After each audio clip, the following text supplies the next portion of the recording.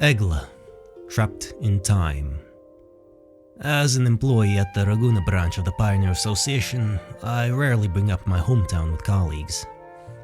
I come from a small town called Egla, which fits every definition of a small town.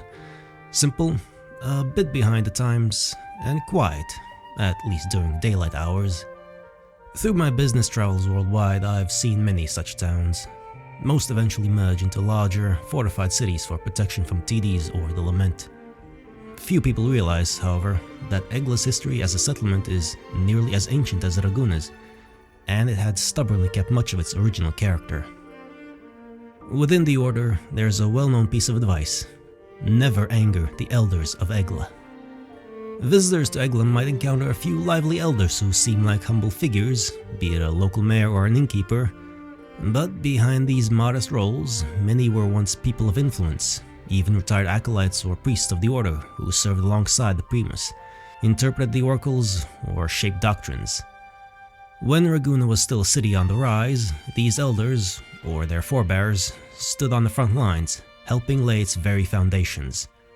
After long, distinguished careers, they returned to Egla, choosing to spend their later years in the place where it all began.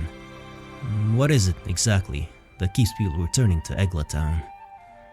Honestly, I can't quite understand the mindset of that generation. The last time I left my hometown, I saw a group of elders gathered in front of an abandoned house, almost as if they were holding a vigil. They stood there for a long time in silence before one of them spoke, reflecting on the past. "Old friend, time doesn't turn back. You can't live forever in what might have been. You need to understand that the present isn't necessarily worse than the past. It might even be better. We couldn't save that child in the end, but we should be grateful for the majority we did save."